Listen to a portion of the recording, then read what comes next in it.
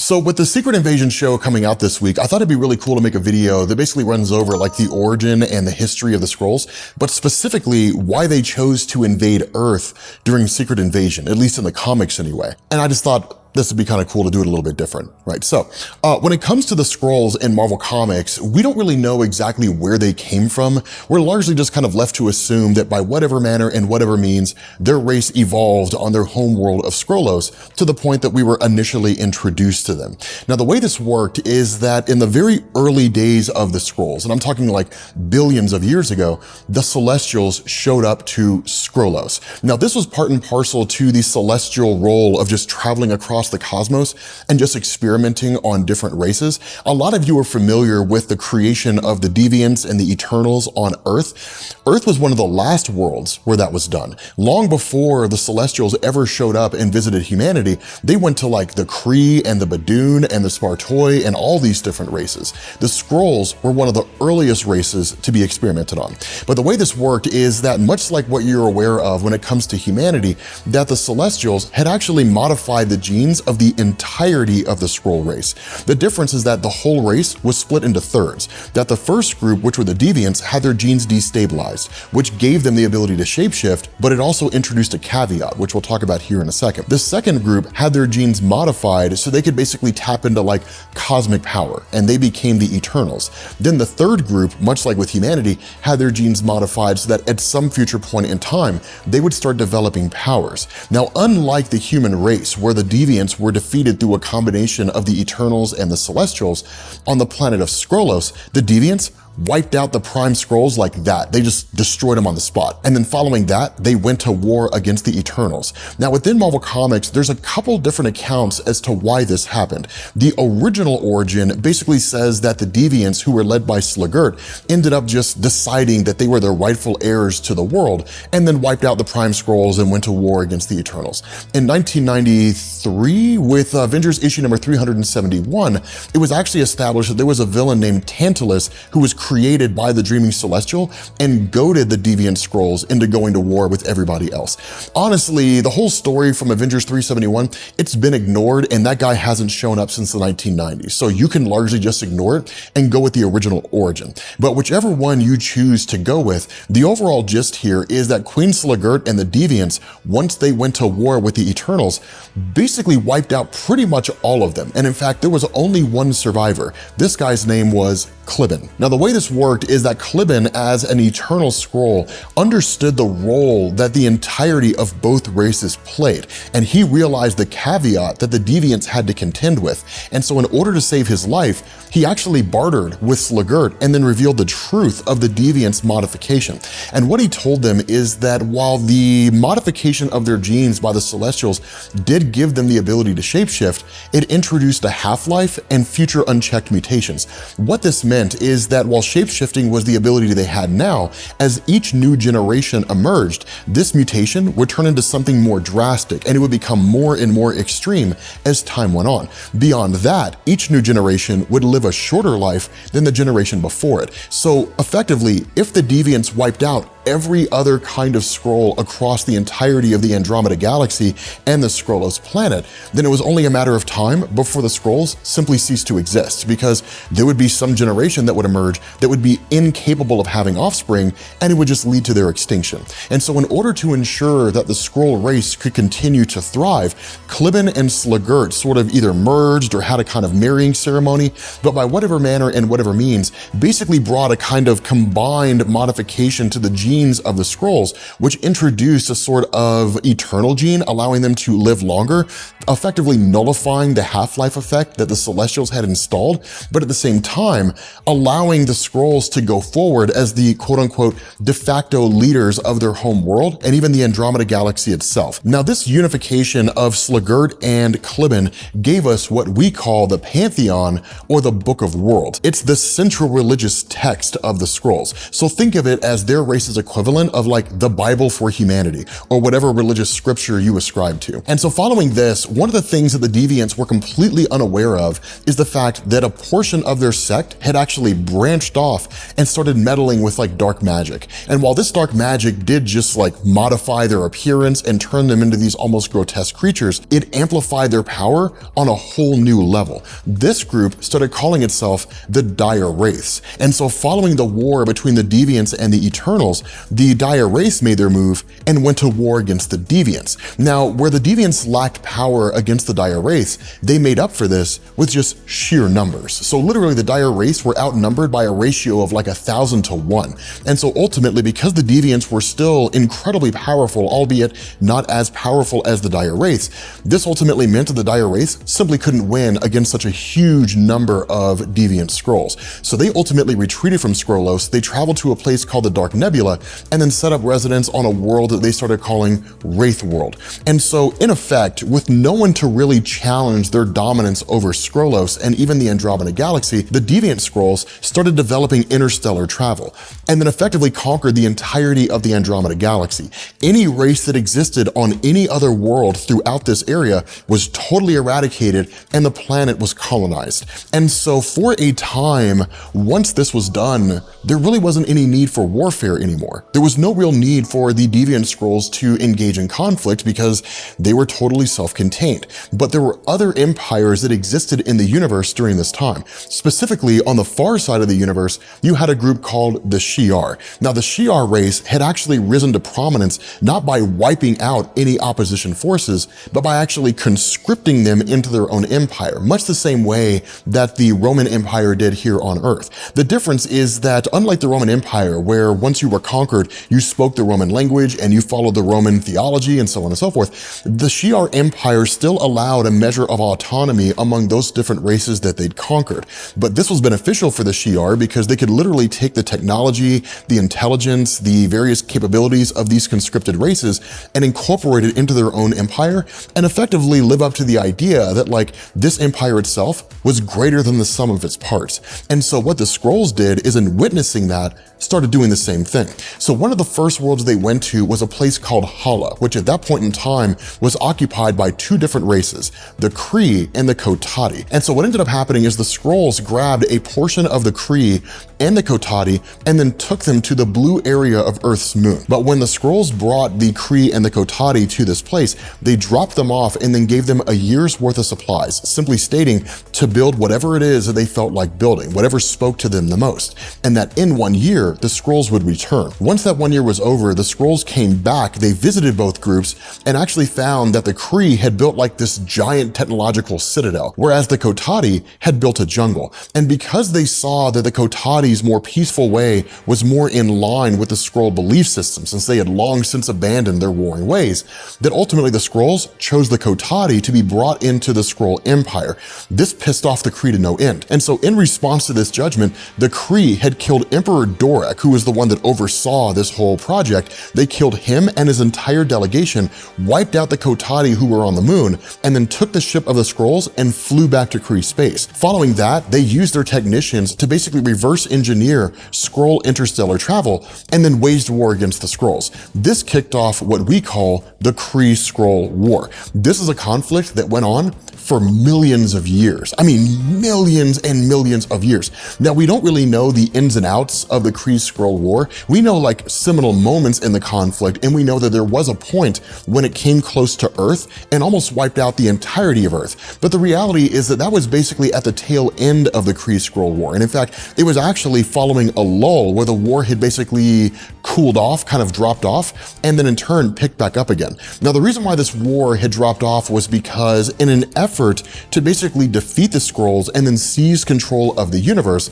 that the Supreme Intelligence, who's kind of like this religious and political leader of the Kree, had sent a single soldier to a place called the Citadel of Light and Shadow. And the reason why was because within this citadel is what's called the Crystal of Ultimate Vision. Now, when a person enters into the Citadel and then approaches the crystal, what it will do is it'll immediately just start showing them these just incredible displays of the things that they can do, right? Just the massive amount of power they can have. This is actually a test that what the crystal does is that when an individual tries to seize control of it and does it from a place of selfishness, it'll immediately freeze the evolutionary progression of their race, so they'll basically become stagnant. Quite literally, the universe will pass them by.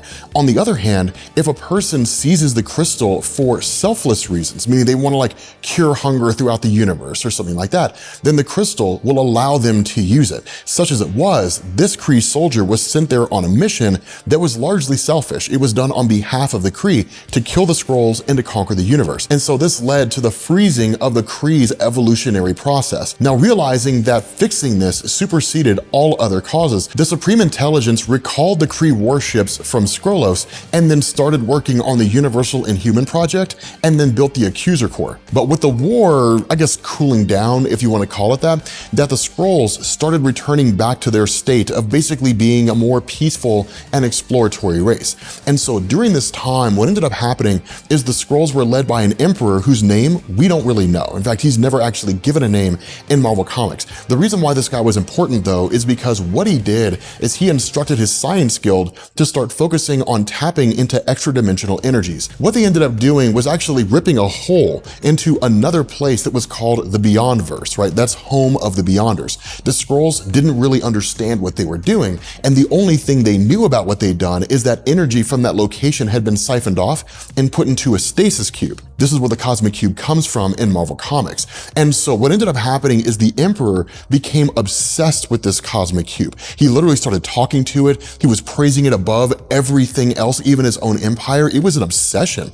But the Cosmic Cube itself actually started developing sentience and mirroring the very mannerisms and even personality of the Mad Skrull Emperor. And so going insane, the Cosmic Cube wiped out 2/3 of the Andromeda Galaxy and then just took off. But with their entire empire basically disappearing in the blink of an eye, this led to the Skrulls kind of reverting to a barbarous state and the empire effectively splitting into factions being led by like petty strongmen and warlords. And so again, this continued on for some measure of time until we end up getting to a guy called Emperor Dorek VII. Now this guy is incredibly important in relation to Secret Invasion for a couple different reasons. The first is because this guy was approached by a woman named Princess Varanki. Now Princess Varanki was part and parcel to a religious sect that was more zealots than anything else, but closely followed the Pantheon and the Book of Worlds. And what this prophesied was two things. The first is that there would be a annihilation, right? A wave of destruction that would spread across the universe. And the second thing it prophesied was the destruction of the Skrull homeworld. Now, by this point in time, the Skrull homeworld had actually been moved from Skrullos to a place called Tarnax 4. And so Emperor Dorek had largely dismissed Varanki, right? Just kind of saw her as a religious zealot, and then she was just cast off and thrown into a barren world and just left there, presumably to die to the elements or whatever the case happened to be.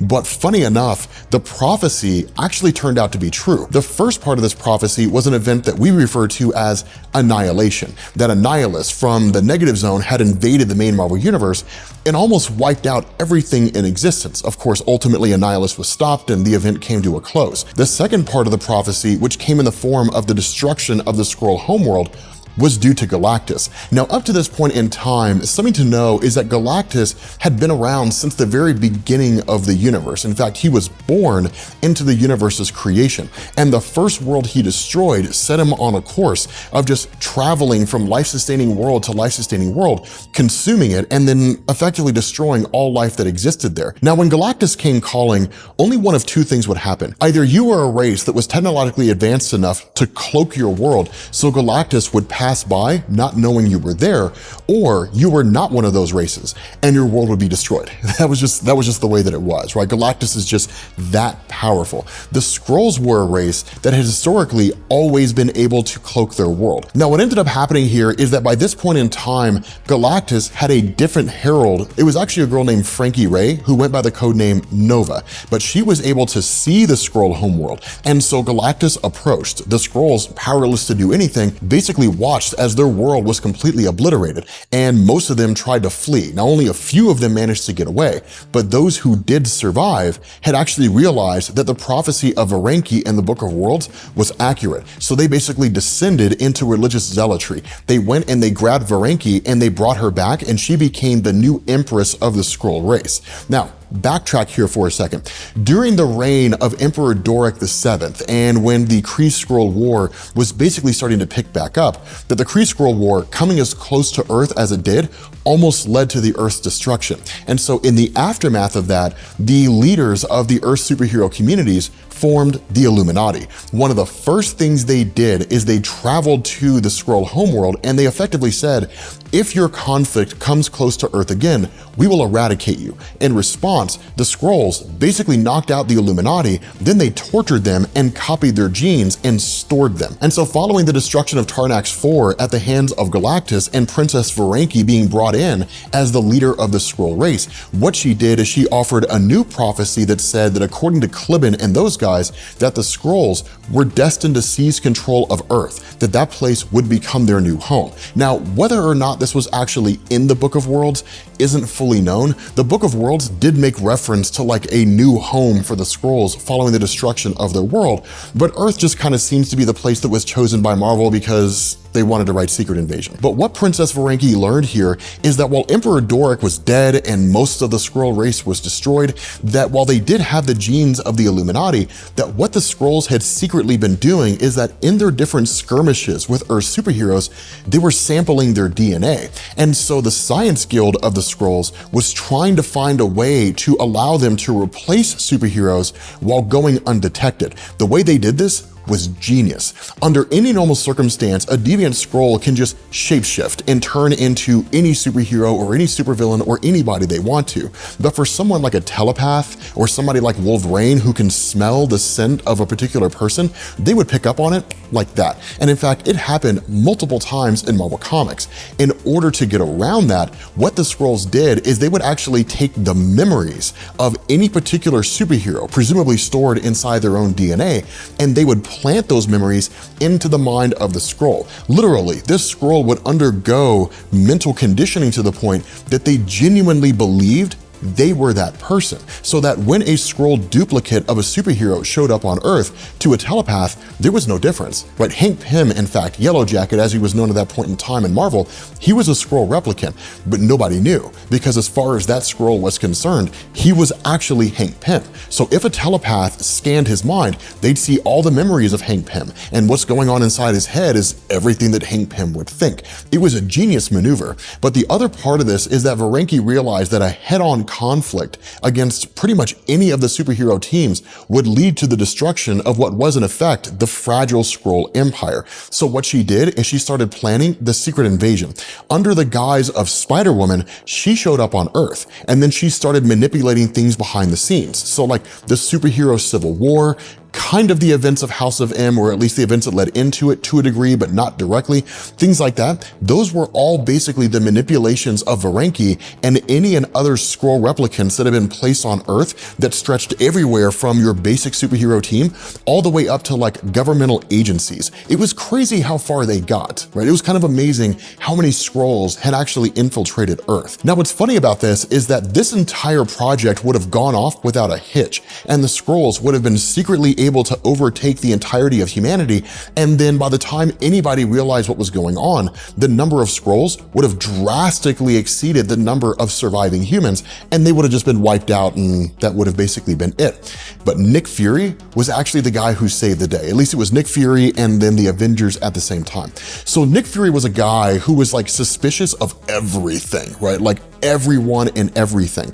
And what he ended up realizing is that there was something off about Contessa Valentina. And so when the two of them had basically slept together in a room, she left. And then Nick Fury used a kind of projector that basically made him appear invisible and followed her. And then he saw her speaking with somebody else and then realized, at least by scanning her, that she was actually a Skrull replicant. And so that's when he realized Skrulls are secretly replacing superheroes on Earth. Now, at the same time this was going on, 1, you had a character named Elektra who turned out to be a Skrull. And that was discovered by a combination of the Illuminati, the Fantastic Four, and the Avengers. And so this kicked off the Secret Invasion event when all the superheroes on Earth started realizing that Skrulls were replacing them, and they didn't know if the person they were talking to was a Skrull replicant or the original person. This was even more complicated by the fact that a Skrull ship ended up crash landing in the Savage Land, and all these different superheroes started emerging. They all pretty much turned out to be Skrulls, but even the people themselves who were on Earth and always believed that they were these different superheroes didn't know their own identities. Iron Man actually had this massive crisis where he didn't know if he was a Skrull or if he was actually Tony Stark who had lived his whole life. That's why Secret Invasion was such an amazing event, because you had people who didn't even really know who they were. Having said that, make sure you guys check the comment down below. We're gonna wrap this video up, but make sure you guys check the comment down below. You'll see a link to the full story for Secret Invasion where we run over the entire thing. It's a really, really, really cool event. But yeah, we're gonna bring this to an end. Let me know what you guys think about this whole format. Let me know down in the comment section, and I will catch you all later. Peace.